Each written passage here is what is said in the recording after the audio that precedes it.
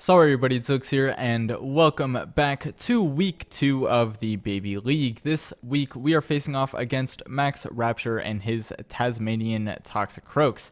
So I am very excited for this week because we are coming off a pretty big win from last week, and I am hoping to continue that streak into this week. So looking at our opponent's team, he has the Clam Pearl, which can be pretty threatening with the Shell Smash. However, it's not able to run the Deep Sea Tooth or Deep Sea Fang or whatever it's called. Then also he has Ferroseed, which without the Evaluate isn't a huge threat because we can just deal with it with fire moves. He has Axew, which can be a potential Dragon Dance sweeper. Snubble, which is a pretty big problem to my team if it's run defensively.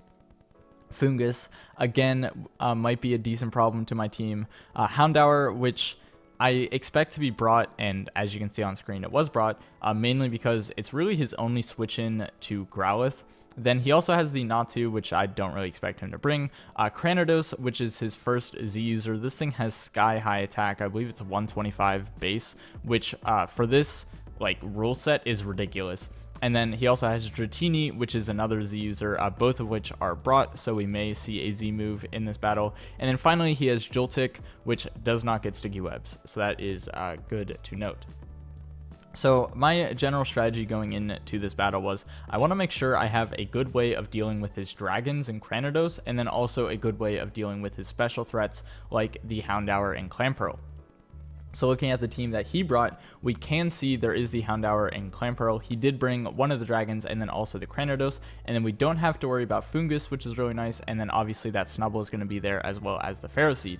So my general strategy of dealing with the dragons is going to be my Growlithe. My Growlithe is running near max HP with max defense, bold nature because I'm running the flamethrower, and then 12 in special defense just to whatever, have a little bit of special defense there. I am running the Intimidate with leftovers, and then for my moves, I have Flamethrower, Will-Wisp, Morning Sun, and Roar. The Roar is to stop potential Dragon Dances from happening, as well as if the Clampearl is against me, and I'm pretty sure he's going to go for a Shell Smash, I can try to roar him out and maybe waste a White Herb or whatever item he may be running.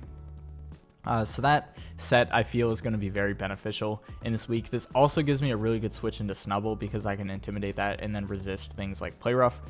Next up, I wanted to have a pretty good way to deal with his special bonds, so that's going to be my Munchlax. My Munchlax is running max HP with near max SPDEF with a Careful Nature, and then I'm running a little bit in defense to try to take a couple hits. I don't think I'll be able to take any stab, bandit hits or Z moves or anything on the physical side. But I am running the Aya Papa Berry with the Gluttony with Recycle, which gives me some really nice recovery. And then for my moves, I have the Body Slam, which hits everything pretty nicely. The only thing it doesn't hit really is going to be that Cranidos and Fungus, but I do have the Power Up Punch for them, and then also the Fire Punch mainly for that Ferroseed. And then next up, I wanted just kind of like a backup, because I didn't want to fully rely on Growlithe and Munchlax. So I have my Scraggy, which is running Assault Vest and Intimidate, so I can deal with both special and physical threats. Max HP there, max attack Adamant actually, because not only do I want to deal with those special and physical threats, I want to be able to knock them out. So I'm running the Drain Punch, Knockoff, Ice Punch, and Dragon Tail to again stop that potential setup. The only thing that Scraggy has to worry about in this matchup is going to be that Snubble, so we need to take care of that however possible. So next up, I have yet another defensive response, and that's going to be my Honedge. Now, I'm playing this match very defensively because I don't need that much offense this week. And my offense will come on this team, but I don't need that much of it, so I mainly wanted to stack defense. And my Honedge is going to be running max HP, max defense, Impish Nature, Iron Head, Shadow Sneak, Shadow Claw, and Toxic. Shadow Sneak is going to be very important because it gives me a way to hit things that are potentially Dragon Dancing, things that are Shell Smashing, things that maybe low on HP, whatever it may be. Shadow Sneak is going to be very important for that. And then also this gives me a pretty good way of killing Snubble, and I can do a lot of damage to things like that Dratini and Cranidos and Axew, assuming that they don't kill me first. So then I have my Staryu running Modest because Staryu, anytime I get it in and force a switch, or if something is low enough, I claim a kill. Guaranteed, nothing on his team can take an analytic hit plus a coverage move. So that's really nice to know and have that insurance. The only thing I really have to worry about is like banded E-speed from Dratini, and then also potentially if he gets like +1 speed with something, or if he's like choice scarfed, or maybe like whatever it may be. But other than that, Staryu is looking pretty good this matchup. I'm running Surf, Ice Beam, Hidden Power Fire, and Thunderbolt, and that coverage is going to work out very nicely for me this week as it hits everything super effective or neutral. And then finally, for my last mon, Chomper's coming back with that Choice Scarf, Strong Jaw, Max Attack, Adamant, Rock Slide, Dragon Claw, Earthquake, and Fire. Fang, once again, this hits everything on his team, either neutral or super effective, and I'm pretty happy with my team going in, especially looking at his team. We don't see the Fungus, which is something I was kind of worried about, and we also do not see Axew, so that's one less potential Dragon Dancer I have to worry about. So without any further ado, let's get into the battle. So before this battle happened, I had the idea that I wanted to lead with my Scraggy, because Scraggy, especially because I have the Dragon Tail, is going to be my best lead hands down. There's nothing really on his team that beats me one-on-one unless he leads Snubble, and we see that he is not going to lead with that Snubble, so I'm going to get the Intimidate on this Cranidos, and I can freely just go for a knockoff assuming that that Snubble is going to come in, and that is exactly what we are going to see. So if this thing is defensive with leftovers, or potentially even like an Assault Vest, and running a similar set that I am, I will be able to get rid of that item, and we are going to see that he's actually the Life Orb running a very offensive set. Now this was a good bring. I was not expecting this. So originally I was going to have Growlithe be my switch in, but on second thought I was like, okay, maybe I should just go into Honedge and see what he's going to do, and he is packing that Earthquake. So it's probably a good thing I didn't bring Growlithe in, because I want to keep that thing as healthy as possible for potentially going off against that Dratini. While Honedge is also good against going against Dratini, Honedge is a bit more expendable in my mind, and I don't really care if it takes early damage. Now here, I'm going to predict him to go into Ferroseed, which is exactly what he does once again as I go into my Growlithe. Now here, I have free reigns to do whatever. However, I know that he's packing that Houndour, and I'm nearly positive he's going into it, so I'm going to switch once again, this time into my Munchlax to take advantage of the situation. And spoiler alert, we are going to see him swap out into that Houndour. Now, had he just stayed in and gone for a Leech Seed, I would have been fine with that as well, or even like Stealth Rocks, but I pretty much knew he was not going to do that unless he was Aqua Berry. And now, because that Houndour is in, this gives us the perfect opportunity to go for a Power-Up Punch versus this Ferroseed. Now, he is going to show that he is the leftovers running the Iron Barb ability, obviously, so this will this will give me some extra damage onto myself. And I do have a decent shot of knocking him out with a Fire Punch here, but I don't knock him out with a Fire Punch, and he is able to get the Leech Seed because he's faster. And this Fire Punch, it's so close. It's so close. Like, I think maybe if my Power Up Punch and Fire Punch both had higher rolls, that would have killed. What I hindsight and should have done, I should have gone for the second Power Up Punch and then the Fire Punch, because then this thing would have been dead and I wouldn't have had to deal with it. But instead, because he survived, it puts me in a position where I kind of have to Power Up Punch knowing that it's not going to kill. And the reason for this is I'm trying to hit my Iapapa range, and I know that if I don't kill, I will take enough Iron Barbs plus Leech Seed that'll drop me into that 50% range, so I will get my healing from my berry. And he's actually going to take advantage of that here. So we are going to see my berry pop due to the Leech Seed, and it is going to leave his Ferroseed with a decent enough amount of HP to switch into like a resisted attack, because you know he is still at like probably like 30-25%. And he's going to swap now into his Snubble, putting me back down to +1. And also, because this thing is so offensive, he did predict my Recycle here, which was nice. Had I gone for the Fire Punch that turn, it would have done a ton of damage to this thing because it's not bulky, even at +1. Granted, I think he would have lived it, and then obviously getting the Leech Seed recovery would have been nice after living it, but it would have left him very low on HP. And he is going to be able to go for that close combat, which will knock out my Munchlax, unfortunately. However, it's not totally a rainy day because I can freely now go into my Staryu and I get a kill.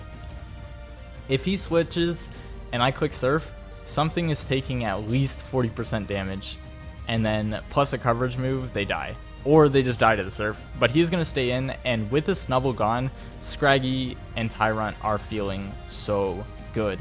They absolutely love being on the field without that snubble in the back. Without being intimidated and without having to fear play rough is a very good position. Now, he's going to bring in Dratini. If he is banded E-Speed or even potentially Life Orb, he kills me. But I found out after the battle that he is running the Silk Scarf, and I live on 13 HP. Now, I'm arbitrarily running 20 points in defense on this Staryu, and I think that kind of came into play there. So because of that, I will be able to survive that Life Orb hit with 3 HP. Now, I do make a little bit of misplay here, and I go for the Surf. Now, the reason I surfed is I didn't want to go for HP Fire and have him go into his Houndour. But going into Houndour makes absolutely no sense. What I should have done was gone for an Ice Beam. Now, I kind of didn't care if he lived because I knew I would go down to Life Orb anyways, but this does allow him to get Spikes. Spikes are scary because Spikes and Stealth Rocks means I'm taking more damage, and it means that that Clamperl is becoming more and more of a threat. So now I'm going to go in my Tyrant, and I'm kicking myself. I wish I had Outrage, and I know why I don't have Outrage, because that Snubble's on the field and I want to be able to switch out. But I clicked the Dragon Claw because I was so fixated on not having Outrage, because if I had Outrage, I won the game right here.